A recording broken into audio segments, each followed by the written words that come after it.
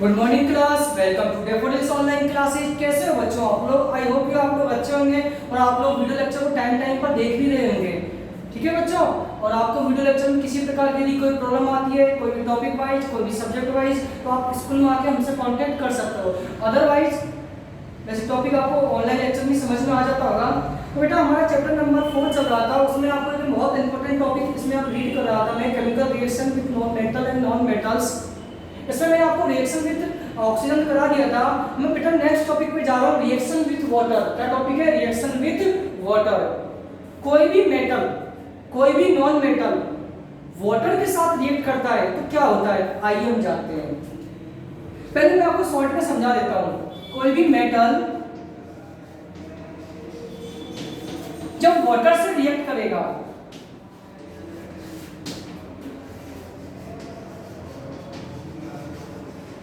Metallic hydroxide बनाएगा।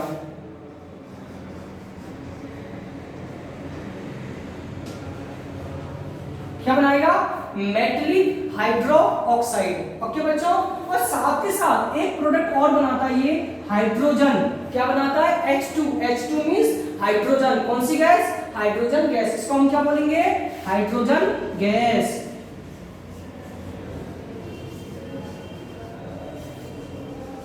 Okay बच्चों, कौन सी गैस बोलेंगे इसको? Hydrogen gas. दोबारा समझिएगा, मेटल वाटर से रिएक्ट करके मेटलिक हाइड्रोक्साइड एक प्रोडक्ट बनाएगा और उस प्रोडक्ट में एक गैस निकलता है, उस गैस का नाम है हाइड्रोजन गैस। समझ गए? ओके, चालू करें हम टॉपिक। आप पेज नंबर आप लोग 68 निकालिएगा। पेज नंबर 68 निकाल लीजिए। समझिए आप लोग, different metal behave differently in their reaction with water. Sodium react violently with water can be seen from the boiling activity. अलग-अलग मेटल अलग-अलग तरीके से वाटर से रिएक्ट करते हैं। मैंने आपको कॉमन बता दिया कि मेटल वाटर के साथ रिएक्ट करेगा तो मेटलिक हाइड्रोक्साइड बनाएगा। लेकिन यहाँ पे क्या है, कुछ मेटल जो ऐसे होते हैं ना, बहुत तेजी से रिएक्ट करते हैं, बहुत फास्टली रिएक्ट करते हैं। कुछ मेटल ऐसे होते हैं स्लो रिएक्ट करते हैं। ठीक है, वो अलग बात है। कुछ मेटल हॉट वाटर गर्म पानी में रिएक्ट करते हैं, कुछ मेटल ऐसे होते हैं जो कोल्ड वाटर में रिएक्ट करते हैं। ठीक है, फिलिंग ग्लास में क्या एक्टिविटी भी समझिएगा। Filling glass floor with water, now careful cut a small piece of sodium metal, dry it using a filter paper and place it in the froth. You will observe that a metal piece start moving in water with a hissing sound when reaction stop. Touch the beaker. Do you find the beaker become hot to touch? Soon the metal piece catch fire. The chemical reaction between sodium and water produce hydrogen. A lot of heat is also liberated in this reaction. As a result, hydrogen and the metal catch fire. The reaction between sodium and water and express the following reaction. क्या बोल रहा है आपसे समझिएगा। हमने एक sodium एक metal है, उसको वाटर से क्या कराया? रिएक्ट कराया, तो हमारा एक प्रोडक्ट बनता है NaOH और साथ ही साथ ये हाइड्रोजन गैस रिलीज करता है। क्या समझे?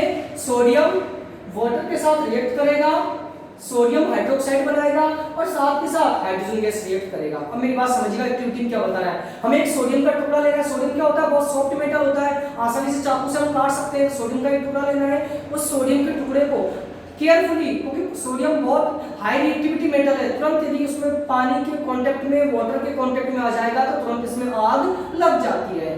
तो इसको केयरफुली आप लोगों को हाथ में लेना है और किसी वाटर में इसको डाल देना है। समझिए, जैसे ही वाटर में डाल दो, एक तो हिसिंग साउंड, एक जोर से ब्लास्ट की आवाज आएगी और उसके साथ साथ कुछ देरों में आप देखोगे इसमें से आग लगने लग जाती है।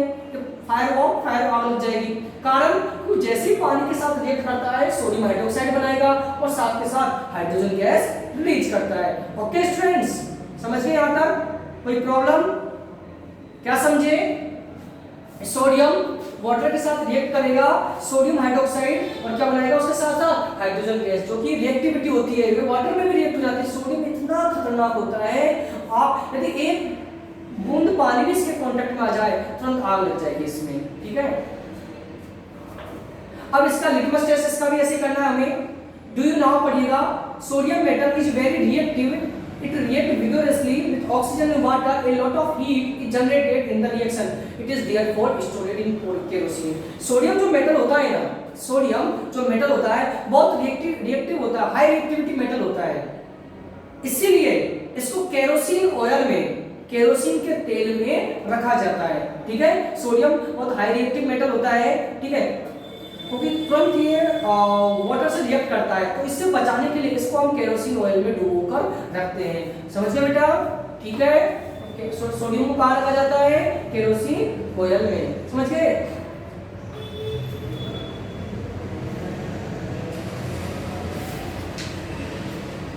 ऐसी आपको एक एक्टिविटी दी गई है, इसमें आपको 3 टेस्ट ट्यूब लेने हैं। उस टेस्ट ट्यूब में अलग अलग 3 प्रोडक्ट लिए गए हैं, एक में मैग्नीशियम, एक में जिंक, एक में आयरन, और तीनों को वाटर में डुबोते हैं, देखते हैं क्या होता है। तो देखिए मैग्नीशियम के बारे में आपको बताया गया, मैग्नीशियम क्या करता है? कोल्ड वाटर में रिएक्ट करता है, गर्म पानी में रिएक्ट नहीं करता है। Magnesium react mildly with cold water but vigorously with hot water. Magnesium जो कोल्ड वाटर में धीरे से रिएक्ट करता है, जबकि गर्म पानी में बहुत जल्दी से रिएक्ट करता है।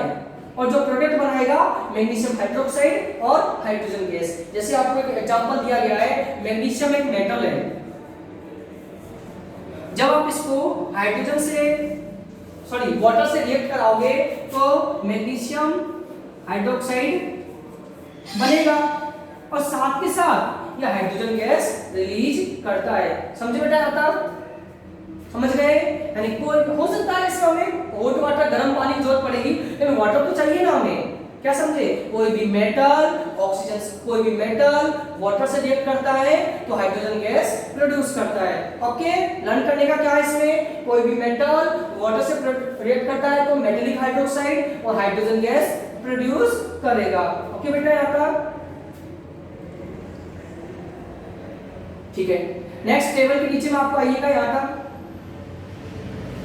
Sodium is more reactive than the magnesium iron zinc. Sodium ज्यादा रिएक्टिव होता है आयरन, मैग्नीशियम और जिंक से। ठीक है, copper, silver and gold are the less reactive, जबकि कॉपर, सिल्वर क्या होता है? लेस रिएक्टिव, इनका पानी पे से कोई भी इफेक्ट नहीं पड़ता है। Okay students, now perform same activity non metal, sulphur, phosphorus and water. Sulphur, phosphorus, अब हम 2 नॉन मेटल लेते हैं, सल्फर और फास्फोरस, इसको वाटर से रिएक्ट कराते हैं। इसको जैसे वाटर से रिएक्ट कराएंगे कोई भी एक्टिविटी नहीं होगी, कोई भी रिएक्शन नहीं होगा, जो जैसा था वैसा ही रहेगा। यानी नॉन मेटल जो होता है वाटर से रिएक्ट नहीं करता है। क्या समझे दूसरी बात? जो नॉन मेटल है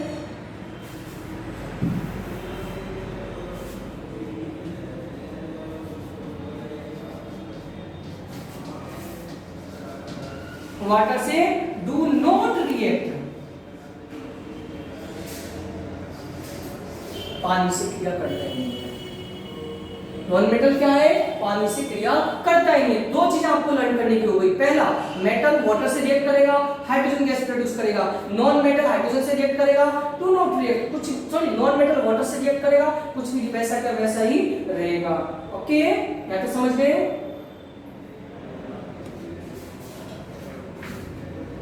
समझ गए ना?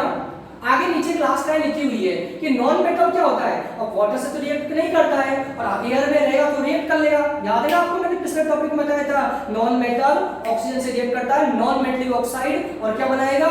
नॉन मेटलिक ऑक्साइड बनाएगा, जिसका नेचर एसिडिक रहेगा। अब समस्या ये है कि सल्फर और फास्फोरस है ना, ये हवा में जल्दी से रिएक्ट कर लेते हैं क्योंकि ऑक्सीजन के साथ रिएक्ट होता है। इसलिए इनको एयर से बचाने के लिए, हवा से बचाने के लिए इनको कहाँ रखा जाता है?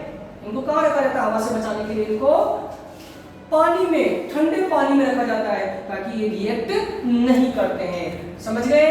कोई प्रॉब्लम नहीं ना?